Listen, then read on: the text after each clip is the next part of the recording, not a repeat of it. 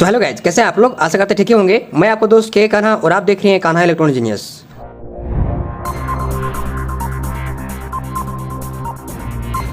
तो दोस्तों, आज का जो वीडियो होने वाला है बहुत ही इंफॉर्मेशन और बहुत ही लाभदायक होने वाला है, क्योंकि आज एक ऐसा फॉल्ट हाथ लगा है जो एक इलेक्ट्रीशियन का पूरा दिमाग खा गया है। फाइनली उनसे नहीं होने पर ये पीसीबी मेरे पास आया हुआ है।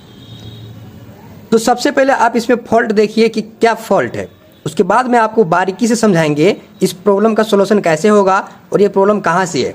क्योंकि ये जो फॉल्ट है बहुत ही यूनिक और बहुत ही माइनर फॉल्ट है।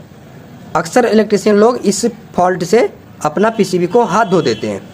लास्ट में वो बोल देते हैं कि हमसे रिपेयर नहीं होगा, आप कंपनी से दूसरा कार्ड चेंज करवा लीजिए। तो ये फॉल्ट कहाँ से आता है, क्यों आता है, इसका मैं सटीक इलाज बताऊँगा और इसका फॉल्ट कहाँ पे है ये मैं अपने तजुर्बे और मैं अपने एक्सपीरियंस के हिसाब से पहले ही पकड़ चुका हूँ कि ये प्रॉब्लम कहाँ से है, वो मैं आपको दिखाऊंगा।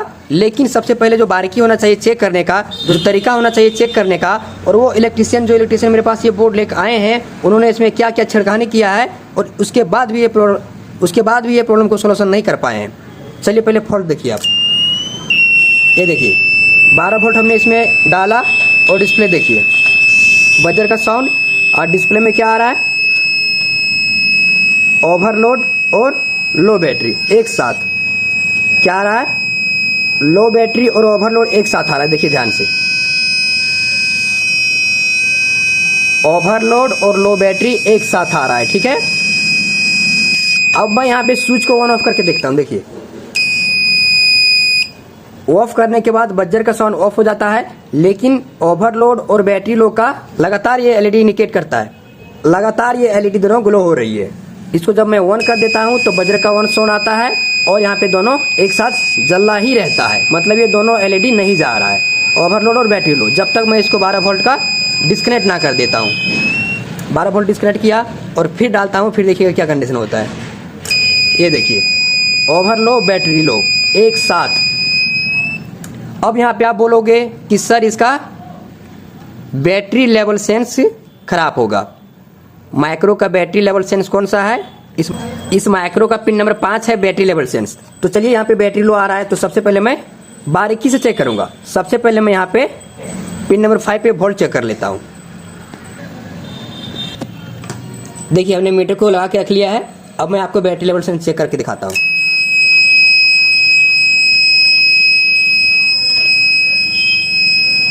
1 2 3 4 5। देखिए 5 पे कितना वोल्ट है, 3.3। पूरी तरह से वोल्टेज ओके है। 3.4 वोल्ट इसका डाटा है। इसका डाटा कितना है, 3.4 वोल्ट। तो 3.4 वोल्ट के आसपास है यहाँ पे, मतलब बैटरी लेवल से यहाँ पे कोई दिक्कत, कोई इशू नहीं है। अब यहाँ पे बच जाता है ओवरलोड। आप लोग को यहाँ पे ये लग रहा होगा कि सर ओवरलोड आ रहा है तो आपका ड्राइवर ऐसे शॉर्ट हो सकता है, इधर आपका मॉसफेट शॉर्ट हो सकता है। तो वो इलेक्ट्रीशियन हमको बता के गया है कि हमने यहाँ पे सारा मॉसफेट न्यू लगाया। देखिए ध्यान से, इधर आपका सारा मॉसफेट न्यू लगा हुआ है, क्योंकि जो प्रॉब्लम में आया था पीसीबी वो मॉसफेट फटा हुआ था, सारा मॉसफेट फटा हुआ था। तो उन्होंने यहाँ पे पीएटी मॉसफेट लगा दिया। देखिए ध्यान से, ठीक है। 8 का 8 मॉसफेट यहाँ पे चेंज हुआ है और हमने इसको कन्फ्यूजन के लिए इसको चेक कर लिया, वो सारा मॉसफेट ओके है। अब बच जाता है यहाँ पे ड्राइवर आईसी। तो उन्होंने ड्राइवर आईसी को एक बार नहीं 3 से 4 बार चेंज करके देख चुका है कि हो सकता है ड्राइवर आईसी मैं डुप्लीकेट ले रहा हूँ। तो फाइनली मेरे पास से भी लेके गया ड्राइवर आईसी वो और लगाया। उसके बाद मेरे पास कॉल किया कि सर मैं यहाँ पे 3-4 बार ड्राइवर आईसी लगा चुका हूँ, फिर भी मेरा बैटरी लो और ओवरलोड का प्रॉब्लम ठीक नहीं हो रहा है। फाइनली उन्होंने हमसे रिक्वायरमेंट किया कि आपके पास माइक्रो कंट्रोलर है क्या। तो हमने बताया हाँ जी है मेरे पास माइक्रो कंट्रोलर, लेकिन क्या दिक्कत है, आपको माइक्रो कंट्रोलर क्यों चाहिए। तो उन्होंने बताया कि मैं एक पीसीबी में पागल हो चुका हूँ। बोला भाई पीसीबी में क्यों पागल हो रहे हो, कोई दूसरे काम में पागल हो जाओ, वहाँ पे कुछ फ़ायदा मिलेगा, पीसीबी में क्यों पागल हो रहे हो। उन्होंने बताया कि सर हमने सारा मॉसफेट चेंज कर दिया, ड्राइवर आईसी चेंज कर दिया, और यहाँ पे 324 जो आईसी रहता है इसको भी हम चेंज कर लिया। और इधर जो रजिस्टेंस, सब ध्यान से देखिए, इधर का रजिस्टेंस जो भी है, इधर रजिस्टेंस को भी उन्होंने छेड़खानी करके देख लिया। और उसके बाद उन्होंने बताया कि मेरा यहाँ पे केवल माइक्रो कंट्रोलर बचा हुआ है, उसी से प्रॉब्लम होगा, उन्होंने बताया। तो हमने उससे पूछा कि उसमें दिक्कत क्या है। तो उन्होंने बताया साफ साफ कि बैटरी लो और ओवरलोड एक साथ आता है 12 वोल्ट करंट करने पर। तो उनसे मैं पूछा क्या क्या आप चेंज कर चुके हो, तो सब बता दिया उन्होंने। ड्राइवर ऐसे चेंज कर चुके हैं, मॉसफेट चेंज कर चुके हैं सारा, और 324 चेंज कर चुके हैं, आसपास के रजिस्टर चेंज कर चुके हैं। हम भी सोचे यार क्यों नहीं प्रॉब्लम ठीक हो रहा है, इसके अंदर तो प्रॉब्लम ठीक हो जाना चाहिए। तो इसमें क्या प्रॉब्लम है और कहाँ से प्रॉब्लम है ये चीज़ मैं आपको दिखाने जा रहा हूँ। तो दोस्तों वीडियो में आगे बढ़ने से पहले आपसे एक छोटा सा रिक्वेस्ट करूँगा कि अगर आप मेरे चैनल पर न्यू हैं या फिर न्यू आए हैं तो चैनल को सब्सक्राइब कर लें, क्योंकि ऐसे रोमांटिक फॉल्ट और नए नए फॉल्ट आप लोग को मिलता रहेगा। तो दोस्तों चलिए हम लोग जान लेते हैं कि इसका प्रॉब्लम कहाँ से है और क्यों है। देखिए पीसीबी पूरी तरह से साफ़ सुथरा है, ऐसा भी नहीं है कि ये पीसीबी हैंग कर रहा है। गंदी रहती तो हो सकता है इधर उधर से प्रॉब्लम हो सकती थी। तो चलिए आप लोगों को मैं बता देता हूँ कि ये प्रॉब्लम होता कहाँ से है, इस प्रॉब्लम का सोल्यूशन आप कैसे कर सकते हैं। लेकिन वीडियो में आगे बढ़ने से एक और आप लोग को इन्फॉर्मेशन दे देना चाहता हूँ कि अगर आप मेरे क्लास में नहीं ज्वाइन हुए हैं, अभी तक आप मेरे क्लास से वंचित हैं, अगर क्लास में ज्वाइन होना चाहते हैं, एक अच्छा इलेक्ट्रीशियन बनना चाहते हैं, मतलब बोर्ड का पूरा खोखला जानना चाहते हैं, कहाँ से क्या होता है नहीं होता है, कीड़ा बनना चाहते हैं, तो आप मेरे क्लास में ज्वाइन हो सकते हैं। स्क्रीन पे नंबर दिया गया है, बीच बीच में मैं क्लास लेते रहता हूँ। अभी सीट फुल है, फिर भी कोई दिक्कत नहीं, आप इस नंबर पे अपना फुल एड्रेस सेंड कर दीजिए। जब नेक्स्ट बैच चलेगा, जब सीट खाली हो जाएगा, उसमें आपको इन्फॉर्मेशन कर दिया जाएगा। उसके बाद क्लास के रूल्स के हिसाब से आपको क्लास में ज्वाइन हो जाना है। लेकिन इस नंबर पे डायरेक्ट कॉल नहीं करना है, ये रिक्वेस्ट है। क्लास में ज्वाइन होने के बाद मैं उन लोगों को हैंडल कर लेता हूँ, उन सबका कनेक्टिविटी हमसे हो जाता है, सबका आईडी नंबर बनता है, उस आईडी से कॉल आता है तो मैं रिसीव करता हूँ। आईडी नंबर से कॉल आने पर ही मैं रिसीव करता हूँ, अननोन नंबर को मैं नहीं रिसीव कर पाता हूँ, क्योंकि अकेला मैं कितना देखूँगा। ठीक है, तो दोस्तों आप लोग को मैं इस फॉल्ट से पहले बता देना चाहता हूँ कि ये फॉल्ट आता कहाँ से। अगर आपका ओवरलोड और बैटरी लो एक साथ आ रहा है तो आपका ड्राइव सेक्शन में दिक्कत नहीं है, ठीक है, उससे वंचित हो जाइए। आपका जो दिक्कत है LM 324 के साइड से दिक्कत है। तो आप बोलोगे कि सर ये तो चेंज हो गया है, आसपास के रजिस्टेंस भी चेंज हो चुके हैं, तो प्रॉब्लम कहाँ से है? तो प्रॉब्लम यहीं से है, न्यू चेंज करने के बाद भी प्रॉब्लम यहीं से है। और प्रॉब्लम कहाँ से है और कौन से कंपोनेंट में है मैं अभी आपको बताऊंगा। दोस्तों मैं 15-20 दिन से वीडियो नहीं बना पा रहा था, थोड़ी तबीयत डाउन हो जाने के कारण। तो कुछ लोगों को कमेंट आ रहा था कि वीडियो नहीं आ रही है सर, तो उन लोग से मैं कहना चाहूँगा कि क्या लग रहा था नहीं लौटेंगे, जब तक तोड़ेंगे नहीं तब तक छोड़ेंगे नहीं। मतलब जब तक आप लोग को एक स्टिक इलेक्ट्रीशियन नहीं बना देता हूँ तब तक मैं छोड़ूंगा नहीं। बस आपको मेरे साथ रहना है, मेरे साथ चलना है। जहाँ तक हो सकता है मैं नॉर्मल वीडियो से आप लोगों को समझाने का प्रयास करूँगा, लेकिन फिर भी अगर कुछ समझ में नहीं आता है, आपको नहीं समझा पाता हूँ नॉर्मल वीडियो से, यूट्यूब की वीडियो से, तो आप मेरी क्लास में ज्वाइन हो सकते हैं। वहाँ पे आपको छोड़ेंगे नहीं, झुकेगा नहीं साला। वहाँ पे आप लोग को पूरी तरह से अपडेट दिया जाएगा, पूरी तरह से समझाया जाएगा। तो दोस्तों आप लोग को यहाँ पे बताया कि ये प्रॉब्लम जो आती है वो 324 के साइड से आती है। तो यहाँ से 324 भी चेंज कर चुका है, चेंज हो चुका है, आसपास के रेजिस्टेंस भी सही हैं और चेंज करके देख भी लिया गया है। तो प्रॉब्लम कहाँ है भाई? प्रॉब्लम मेरा इस वाला थर्मोस्टिक से है। अब ये थर्मोस्टिक का काम क्या है ये चीज़ समझिए। बाय चांस अगर इन्वर्टर का फैन ख़राब हो जाता है या फिर कोई चैनल पे ड्राइव मिस हो जाता है, मतलब मॉसफेट में जब बल्ब पड़ती है, मॉसफेट जब हीट होने लगती है, जब ये हीटसिंग हीट होने लगती है, उस टाइम ये थर्मोस्टिक का बारी आता है काम करने का। ये थर्मोस्टिक मौका ढूंढ ढूंढ के रहता है कि कब मेरा हीटसिंक गर्म हो और मैं अपना पावर दिखाऊं। पावर कौन नहीं दिखाना चाहता है? कब मिलता है इसको मौका? 2 कंडीशन में मिलता है। जब इन्वर्टर का फैन खराब हो जाता है और उसके कारण हीटसिंक हीट होने लगती है, या फिर मॉसफेट खराब हो जाती है उसके कारण से यहाँ पे हीट होने लगती है, तो ये मेरा जो थर्मोस्टिक है ये भी हीट होने लगती है। जब ये हीटसिंक हीट होगा तो ये इसी में लगा रहता है, देखिए यहाँ पे एक नट के थ्रू यहाँ पे कसा रहता है ये, तो ये भी हीट होगा। अब इसके अंदर जो बनावट किया गया है रेजिस्टेंस, वेरिएबल रेजिस्टेंस है।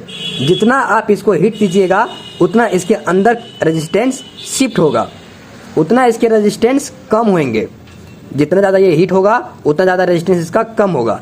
और जैसे ही ये 2K या फिर 1K तक आ जाएगा रेजिस्टेंस का वैल्यू, तब ये मेरा बैटरी लो और ओवरलोड का इंडिकेट कर देगा। तब ये बोलेगा कि अब मेरे हाथ में है पूरा पीसीबी, मैं पीसीबी को चलने नहीं दूंगा।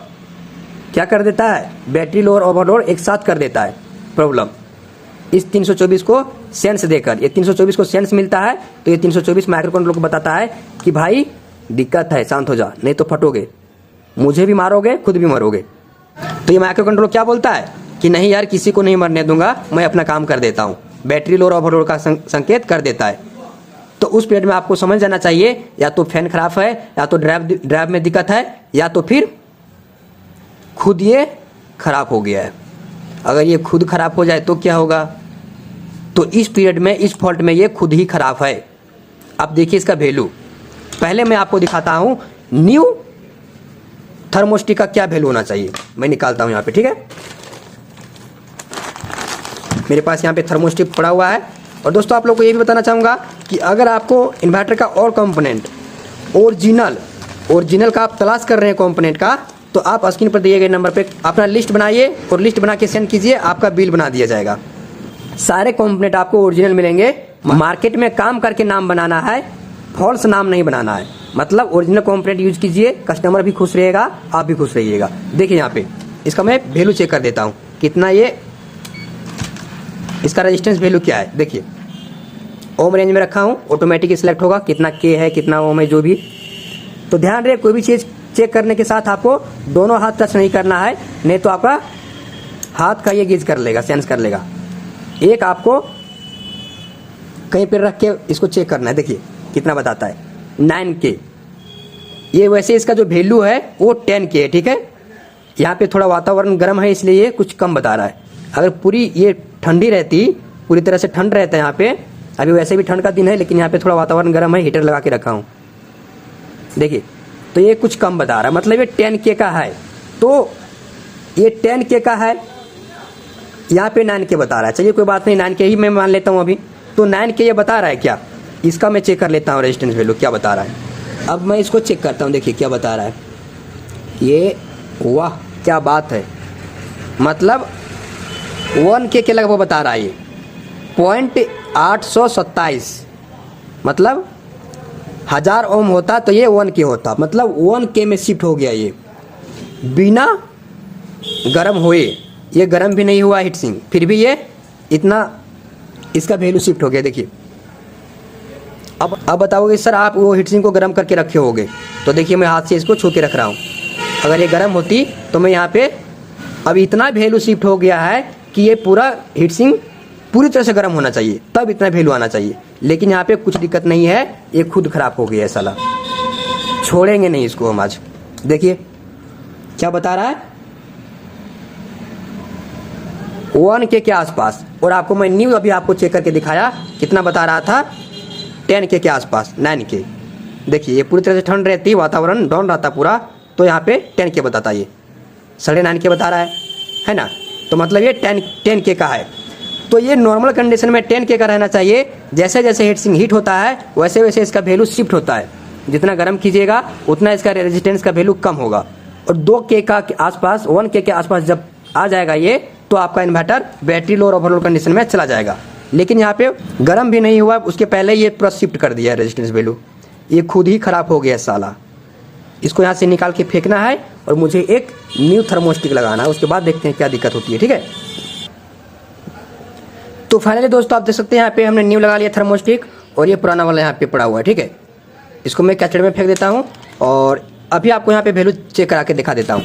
अब बोलोगे सर पीसीबी में लगाने के बाद कहीं वैल्यू वही बताता होगा, तो आप देख लीजिए पीसीबी में लगाने के बाद भी यहाँ पे वैल्यू क्या बताता है।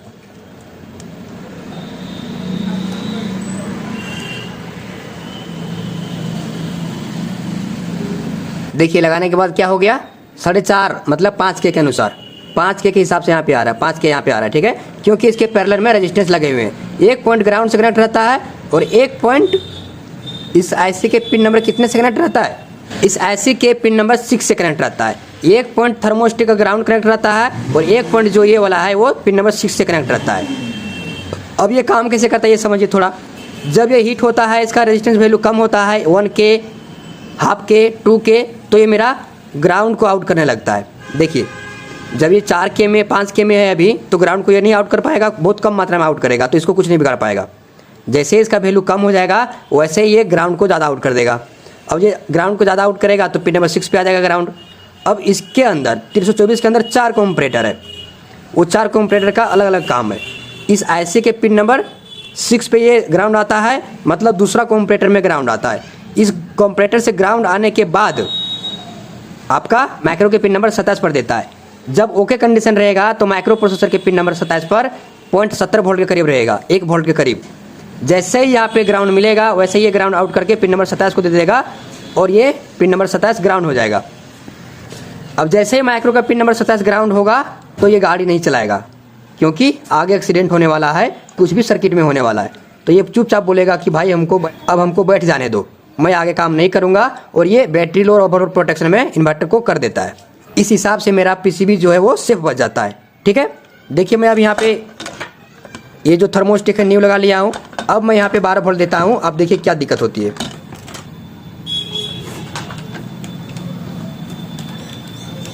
यहाँ पे हमने ग्राउंड दिया और पॉजिटिव हमने यहाँ पे देना है।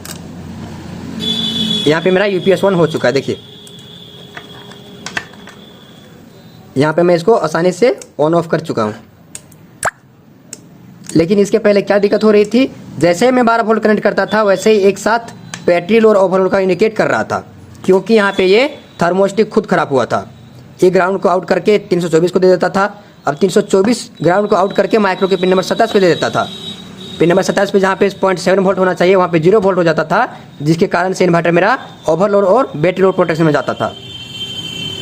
तो वो इलेक्ट्रीशियन से गलती क्या हुआ, सारा चीज़ उन्होंने चेंज करके देख लिया, थक गए पूरा बेचारे। उसके बाद फाइनली मेरे पास लास्ट लेके आए हैं PCB और बोले कि हमसे ये नहीं हो पाएगा।